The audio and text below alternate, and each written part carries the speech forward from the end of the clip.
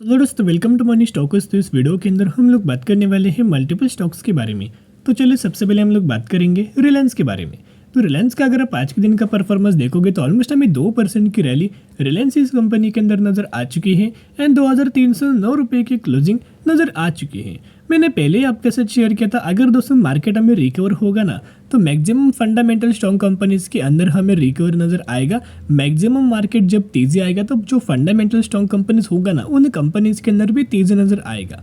तो रिलायंस के अंदर दोस्तों तेजी के पीछे वजह है क्योंकि आप सभी को बताओगे कि कंपनी का जो क्वार्टर टू का रिजल्ट्स हमें आया था ना, वो रिजल्ट्स के ऊपर रिजल्ट्स आने के बाद हमें ब्रोकरेज फर्म के द्वारा, एनालिस्ट के द्वारा एक हमें टारगेट दोस्तों दिया जाता है रिजल्ट्स आने के बाद। तो कहीं ना कहीं वो टारगेट्स हमें करंट बेसिस के पर दिया गया है एंड ये जो टारगेट है ना वो बहुत अच्छा खासा पॉजिटिव है। कहीं ना कहीं इन्हीं की वजह से, न्यूज़ की वजह से, अपडेट्स की वजह से हमें रिलायंस इस कंपनी के अंदर रैली नज़र आ चुकी है। तो चलिए कवर कर लेते हैं। सबसे पहले आपको बताओगे कि ये कंपनी का ओटीसी सेगमेंट से बिजनेस है। सेकंड, ये कंपनी रिटेल सेगमेंट के अंदर भी बहुत अच्छा काम कर रही है and third, company Reliance Jio telecom segment के अंदर बहुत अच्छा खासा काम हमें कर रहा है। तो तीनों सेगमेंट के अंदर कंपनी अपना फोकस कर रहा है। सबसे ज़्यादा फोकस रिटेल सेगमेंट के अंदर है एंड उसके बाद इनका जो फोकस नज़र आया है रिलायंस जियो टेलीकॉम सेगमेंट के अंदर नज़र आ रहा है। लेकिन जैसे कि आपको पता होगा कि डी मर्जर होने के बाद थोड़ा बहुत हमें कंपनी के अंदर प्रॉब्लम हुआ, तो इसी की वजह से कंपनी टॉप से लेकर अगर आप बॉटम तक कैलकुलेट करेंगे ना तो 14 से लेकर 15% की गिरावट हमें रिलायंस इस कंपनी के अंदर नजर आ चुका था। ओवरऑल ईयर टिल डेट से यानी कि जैन 2023 के अगर आप गिरावट देखोगे तो ऑलमोस्ट हमें ईयर टिल डेट से 10.5% की गिरावट नजर आ चुकी है। लेकिन आपको धीरे धीरे करके अभी आने वाले समय के अंदर धीरे धीरे करके ग्रोथ नजर आ सकती है और ब्रोकरेज फर्म के द्वारा भी एक बहुत अच्छे खासा टारगेट हमें दिया गया है। तो चलिए अभी हम आ चुके अपडेट्स के ऊपर। यहाँ अगर आप देखोगे Reliance industry share gain on quarter two result, should you buy, hold और सेल। यानी कि कंपनी का जो क्वार्टर टू रिजल्ट्स था वो बहुत अच्छे खासा बेसिस के ऊपर कंपनी ने पेश किया था। तो कहीं ना कहीं मैंने उससे पहले भी आपके साथ शेयर किया था, जब भी कंपनी मंडे के दिन ओपन होगा ना, एक तो गैप अप ओपनिंग हो सकता है या फिर तेजी हमें नजर आ सकती है और वही की वजह से तेजी, रिजल्ट्स की वजह से तेजी नजर आ चुकी है। सबसे पहले अगर आप यह देखोगे तो एचडीएफसी सिक्योरिटीज के ब्रोकरेज फर्म की अगर बात की जाए तो इन्होंने एक एड रेटिंग दिया हुआ है एंड टारगेट 2525 रुपये के आसपास हमें दिया गया है। तो जो टारगेट है बहुत ही अच्छा खासा हमें दिया गया है रिलायंस इस कंपनी से रिलेटेड। फिर प्रभुदास लेलेदार की अगर बात की जाए तो प्रभुदास लेलेदार के द्वारा भी एक बाइंग रिकमेंडेशन दिया है एंड टारगेट प्राइस 2618 रुपीज के आसपास हमें दिया गया है। तो इन्होंने भी अपना टारगेट है बहुत अच्छे खासा पॉजिटिव हमें दिया गया है। नेक्स्ट अगर आप देखोगे analyst see up to 32% upside movement in Reliance industries after the results. यानी कि बेसिकली एक ब्रोकरेज फर्म है जिन्होंने 32% तक का ऊपर हमें पोटेंशियल दिया है, ऊपर हमें टारगेट दिया है। इनका ही मानना है कि रिलायंस इस कंपनी के अंदर 32% की ग्रोथ नजर आ सकती। तो उस ब्रोकरेज फर्म की अगर बात की जाए तो इनका मानना तो कौन से ब्रोकरेज फर्म है? जेफरीज। तो जेफरीज का मानना है कि बहुत ही जल्द कंपनी ऑलमोस्ट हमें 32% तक अपसाइड आपको टारगेट मिल सकता है, मूवमेंट्स मिल सकते हैं एंड जो टारगेट प्राइस हमें जो दिया गया है ना 3000 रुपीज़ का टारगेट हमें दिया गया है। इनका मानना है कि आने वाले फ्यूचर में इनके प्रॉफिटेबिलिटी के अंदर इंक्रीज नजर आ सकता है ऑयल टू केमिकल सेगमेंट के अंदर एंड बाकी तो क्या एक हेल्दी सब्सक्राइबर कंपनी गेन कर सकते हैं जियो डिवीजन के अंदर एंड रिटेल सेगमेंट तो कंपनी अच्छे खासा डिसेंट तरीके से अपना बिजनेस तो कर ही रहा है। नए नए प्रोडक्ट्स कंपनी लॉन्च करता है, नए नए प्रोडक्ट्स लगातार कंपनी इंडिया के अंदर लॉन्च कर रहा है और नए नए शोरूम्स भी कंपनी लॉन्च करता है। तो कहीं ना कहीं इसका और हमें बेनिफिट्स कंपनी के तीनों सेगमेंट्स के अंदर नजर आ सकता है एंड इन तीनों सेगमेंट्स को लेके ही इन्होंने 3000 रुपीज का टारगेट हमें रिलायंस के अंदर दिया गया है। तो रिलायंस एक अच्छी कंपनी है, जरूर कंपनी के अंदर बाय ऑन स्ट्रेटेजी अप्लाई कर सकते हो, बहुत अच्छा खासा मौका आपको नजर आ रहा है। अभी हम बात करने वाले हैं केपीआईटी के बारे में।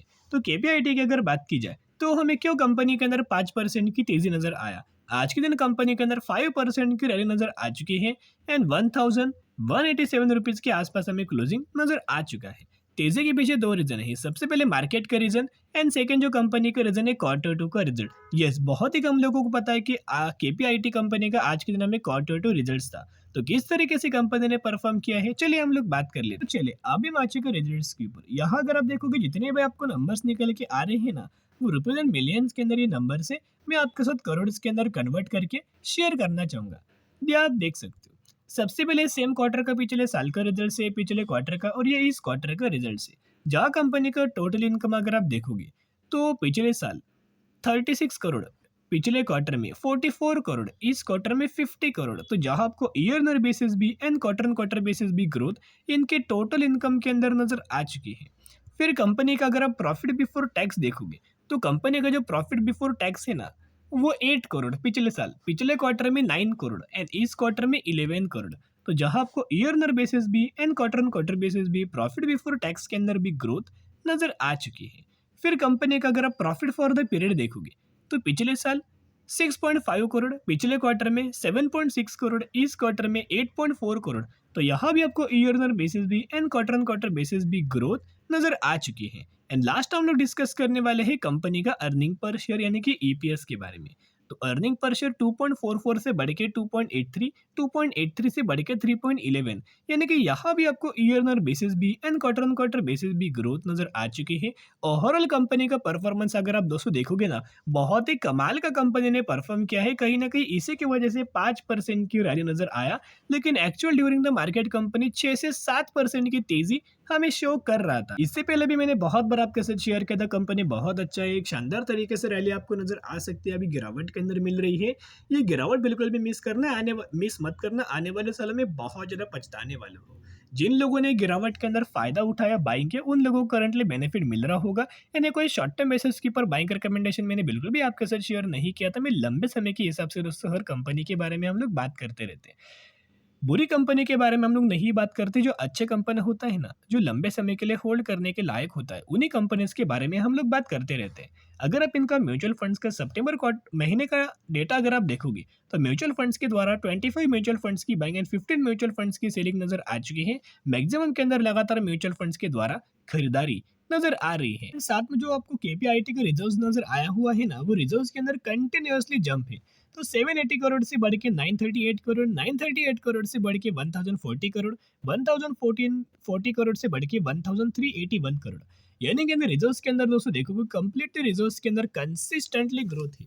तो कहीं ना कहीं ओवरऑल बेसिस के पर दोस्तों अगर आप देखोगे ना, तो रिजर्व्स भी कंपनी के बढ़ रही है, पैरामीटर्स कंपनी का बढ़ रहा है, बिजनेस कंपनी का बढ़ रहा है, क्योंकि उसके पीछे का रीजन एक ही कि कंपनी एआई के अंदर फोकस्ड कर रहा है। एआई के अंदर कंपनी का बिजनेस है, आईटी सेक्टर से तो कंपनी बिलोंग करता है, एआई सर्विसेज तो कंपनी प्रोवाइड करता है। लेकिन ये जो एआई सर्विसेज है ना, ऑटोमोबाइल सेगमेंट को ये कंपनी प्रोवाइड करता है। कहीं ना कहीं एक यूनिक सेगमेंट है, यूनिक सर्विसेज है, इसी की वजह से कंपनी के अंदर बहुत तेजी से कंपनी ग्रोथ आगे बढ़ रहा है। और केपीआईटी का अगर आप शेयर होल्डिंग पैटर्न देखोगे तो आप चौंक जाओगे।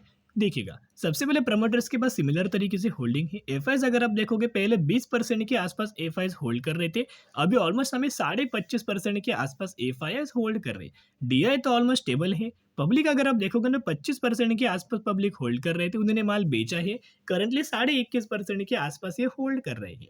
तो मैंने पहले भी शेयर किया था, जब भी पब्लिक माल बेचेगा तभी तभी एफआईज डीआईज खरीदारी करेगा एंड तभी तभी हमें कंपनीज के अंदर आपको तेजी ग्रोथ नजर आ जाएगी। तो वही फंडा करंटली केपीआईटी कंपनी के अंदर नजर आ रहा है। अगर आपने पहले से खरीदारी करके रखा हुआ है ना, तो दोस्तों सेल करने की जरूरत नहीं, बहुत अच्छे खासे कंपनी के अंदर आपने खरीदारी किया है।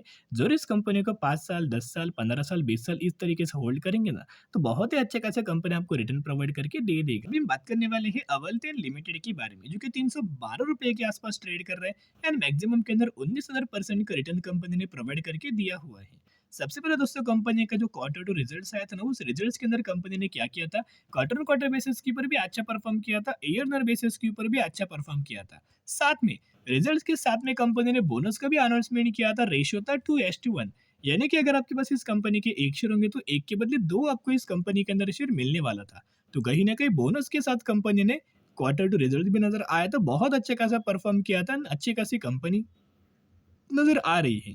तो जरूर इस कंपनी के अंदर बाय ऑन स्ट्रेटेजी अप्लाई करके लंबे समय के लिए होल्ड करके चल सकते हो, लेकिन सबसे पहले स्टडी करना।